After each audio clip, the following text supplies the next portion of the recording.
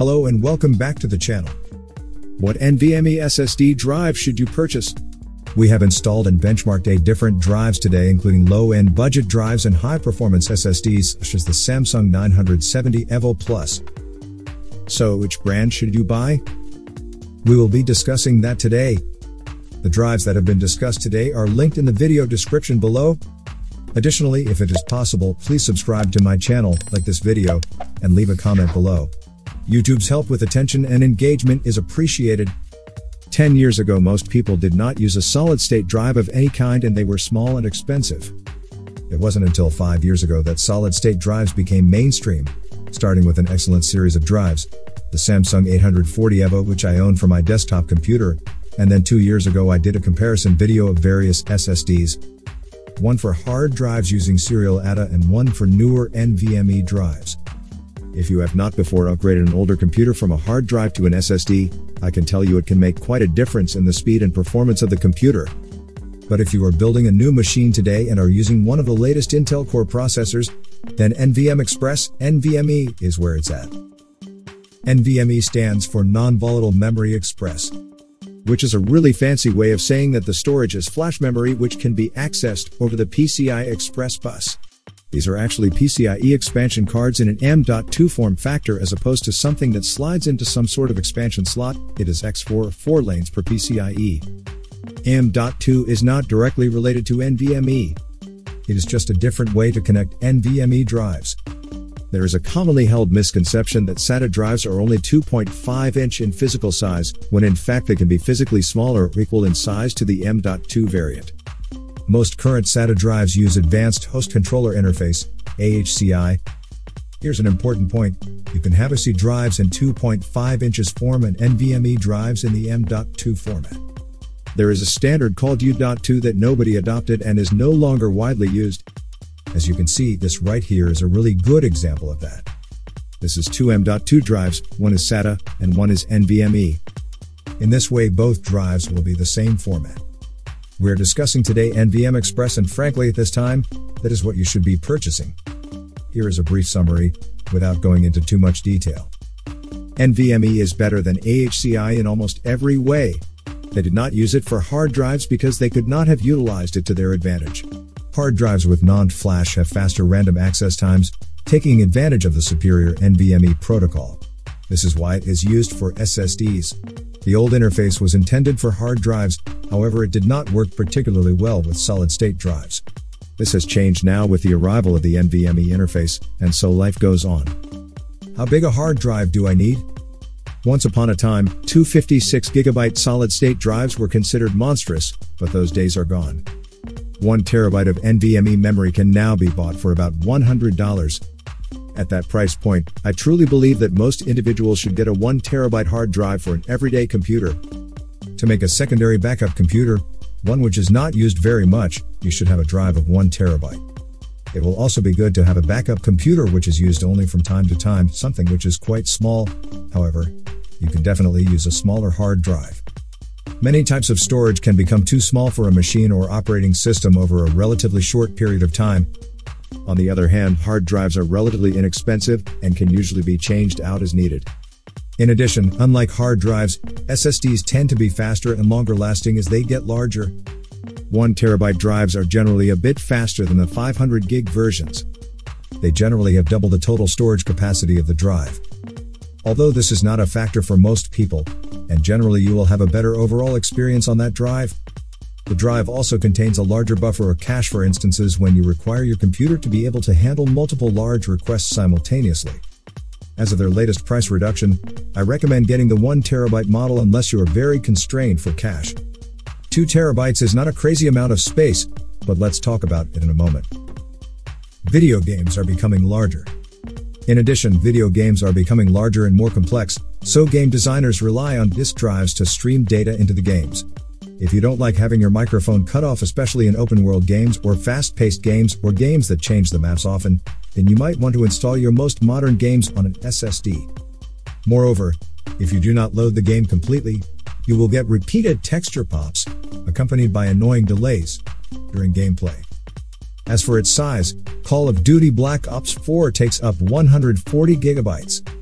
Even games such as Grand Theft Auto 5, which are now quite old, being released in September 2013, have ballooned to over 80 gigabytes in size. Half of the regularly benchmarked games today are pushing 100 terabytes each.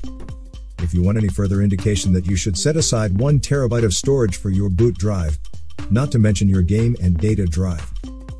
Booting from an NVMe drive. In order to boot your operating system from an NVMe drive, you must have a motherboard with native support for it. Intel has begun supporting NVMe with the 4th generation of processors, beginning with the 900 series of motherboards. The Z97 motherboards usually have one M.2 slot. Although those weren't full-speed slots, it is of no consequence to me because I have an NVMe drive installed in my Z97 setup on my i7-4790K. It was when we switched from slots operating at 100 MHz to 125 MHz that compatibility became an issue.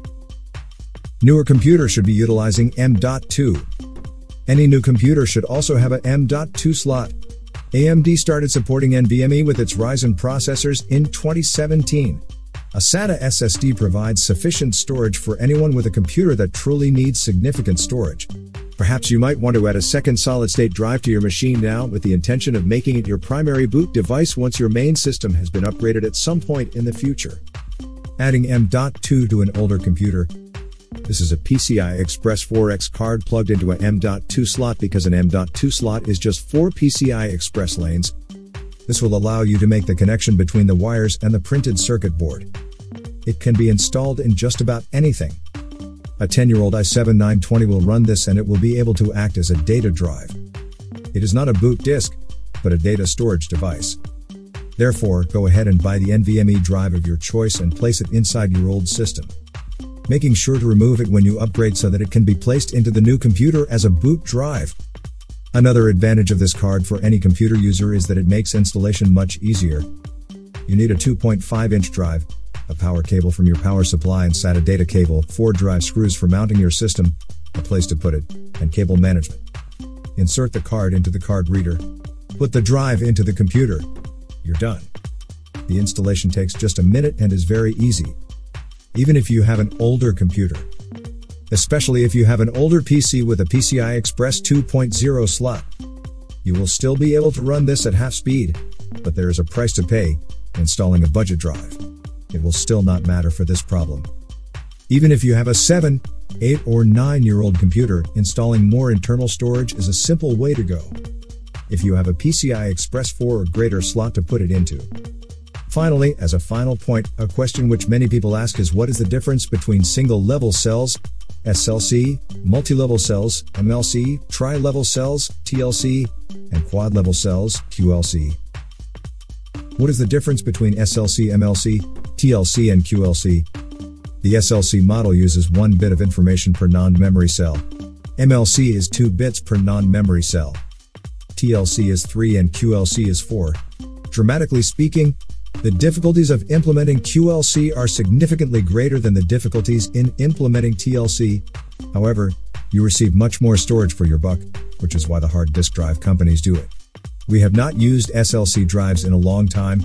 The early generations of NAND were SLC, single-level cell, but they quickly shifted to MLC, multi-level cell. The majority of the drives are TLC tri-level cell and 3 bits per cell, and 2 of them are QLC. The Intel 660p and the Crucial P1, they run slower by default. These drives to use some form of buffering, however, random write performance is nevertheless fast due to the use of a cache on the device. The Intel 660p combines SLC, 1 bit per cell, memory with MLC memory, 2 bits per cell. The amount of capacity that you have depends upon the size of the hard drive and how full it is, because it lessens a bit as the hard drive fills. Although the read speed and the write speed to its solid-state cache is very good, the performance of the QLC memory on those is not actually that great as you might expect. However, there's really no need for concern unless you plan on writing hundreds of gigabytes of data to the drive on a regular basis without giving it a chance to breathe every once in a while. Even if you intend to write 10, 20, or even 30 gigabytes, it will not be a problem. You can only have a problem with this if you are trying to write large amounts of data to it. In case large amounts of writing are to be done on a regular basis, a hard drive other than the cloud would probably be more appropriate. Although you might think that one of the other caches is better, In the real world it makes very little difference. Furthermore, even the TLC of the other drives is quite a bit slower than the benchmark figures alone can indicate, as they either have DRAM buffers or SLC caches of their own. Although the drive's capacity is smaller than the QLC ones in order that they might buffer incoming, especially random writes, and pick up performance. Samsung's 970 Pro and Evo SSDs are excellent examples of modern MLC drives. These are expensive. This is a superior grade, 2-level cell, and this will run at its top speed throughout the run of the drive. You probably won't need this. It is a small percentage of people who do it. The 970 Evo is a TLC non-drive.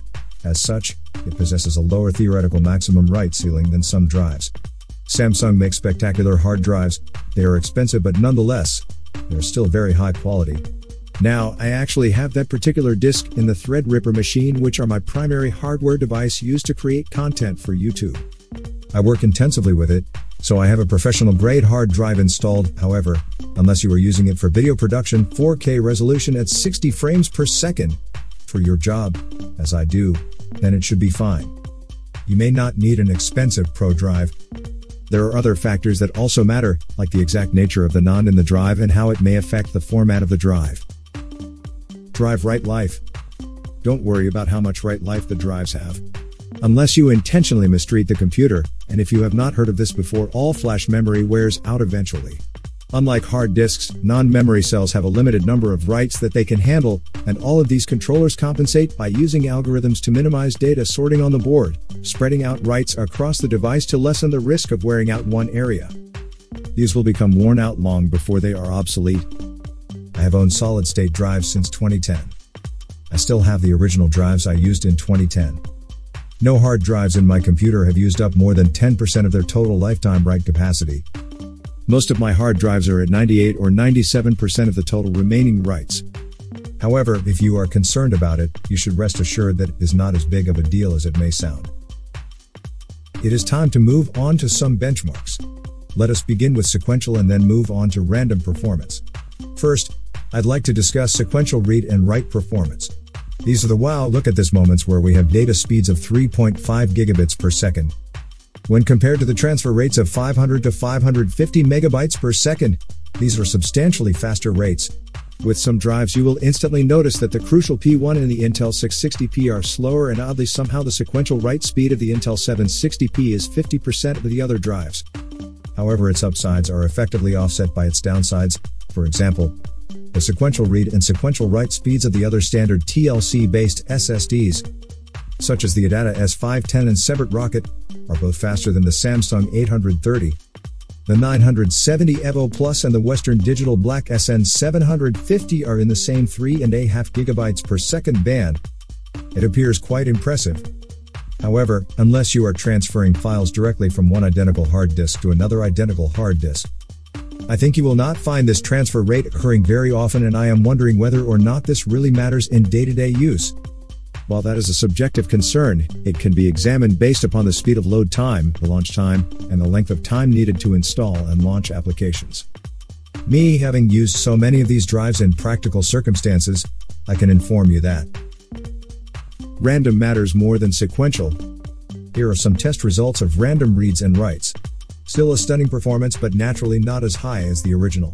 Now we are getting into the specifics of actual normal desktop user experience. This is 8 threads of depth on 8 cores. This is an extraordinary amount of work.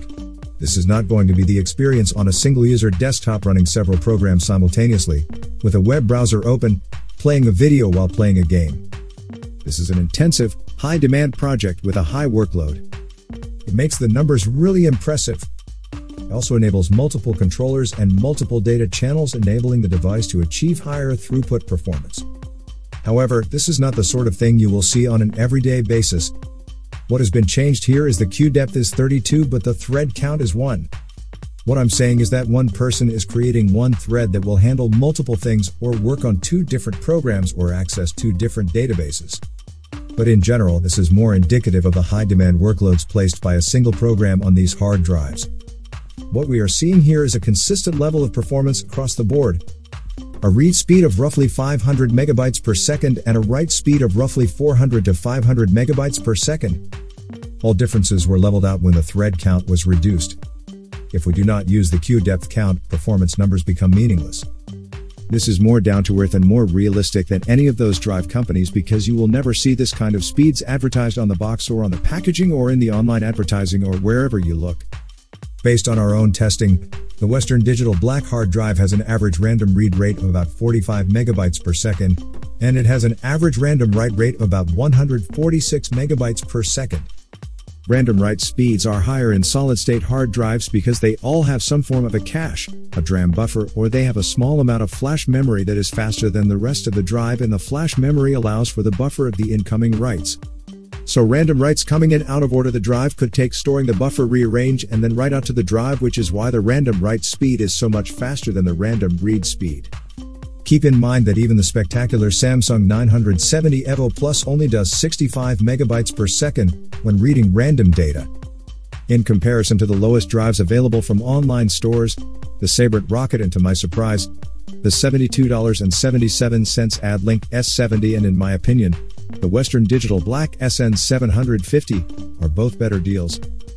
These are all genuine differences. There is a genuine difference between, say, a Samsung and a Sabrent. However, it may not be detectable in actual use. While that may be true if you're doing intensive tasks such as installing one of these drives in a high-end desktop, surely any NVMe drive will be better than a SATA drive for normal consumer workloads on the desktop. It really won't make much of a difference which brand of hard drive you purchase. Except to say, the price tag is not the only thing that I think one should consider when making an acquisition. Price per gigabyte. Therefore, I suggest that we do this. Here are the prices per gigabyte of each of these drives. In my opinion, the Samsung 970 EVO Plus is one of the best NVMe drives. I recommend you buy this drive. It is amazing. The Sabrent Rocket, however, is half the price of the 970 EVO Plus and is really close in performance. It is not quite perfect here, and there is room for improvement. Samsung has the advantage of a longer warranty, better endurance, and better tools. Samsung's cloning software is an excellent tool. If you can afford it, go ahead and buy the Samsung. They are remarkable drives. However, you can buy twice the space from some other manufacturer for the same price. I have mentioned the Crucial P1 and the Intel 660P before. They serve the purpose well, and if you prefer brand names, then get the Micron and everybody knows Intel among other computer manufacturers. In short, buy based upon price. Regardless of the brand you choose, your modern computer will enjoy the experience, and it is unlikely you will notice a difference between them. To be honest, even though I own a pair of them myself, I find it hard to tell the difference under normal desktop user conditions. For an Intel 660p M.2 2TB drive is less than $200. That is twice the storage capacity for less money, and in most instances, most people won't be able to tell the difference between those two drives. So, before you think you need to purchase the most premium of drives, consider the value of some less expensive ones. In my judgment, both drives, the Sabrent Rocket and the Adlink drive, were thoroughly impressive. For the price, they performed remarkably well. At the time, the Sabrent was $100 cheaper, or $110 versus Samsung's $220, and the results have been really good. The only disadvantages are a shorter warranty and a company you've probably never heard of. Instead of Intel or Crucial, which are their consumer brands, Micron is its corporate brand, which is likely to be around for the next 4 to 5 years. Regardless of which one you choose, you will not be able to go wrong with either. In my opinion, the SX8200 Pro is also a superb mid-range alternative that offers solid performance. It's not as quick as the Samsung. Nonetheless, it is quite fast and can be got for under $150 for the 1TB size. This is quite impressive. As I mentioned earlier, 1 TB should be the minimum for most consumers. The fact that one can purchase a 2 TB hard drive for under $200 pleases me greatly. It is impressive when you consider the historical prices of SSDs. Be that as it may, I hope you found the video helpful and informative, and I look forward to seeing you in the future. Thanks for watching, and if you haven't already, please like the video, subscribe to the channel, and ring that bell notification so that you don't miss out on any future videos. Also, as a reminder, links are in the description below.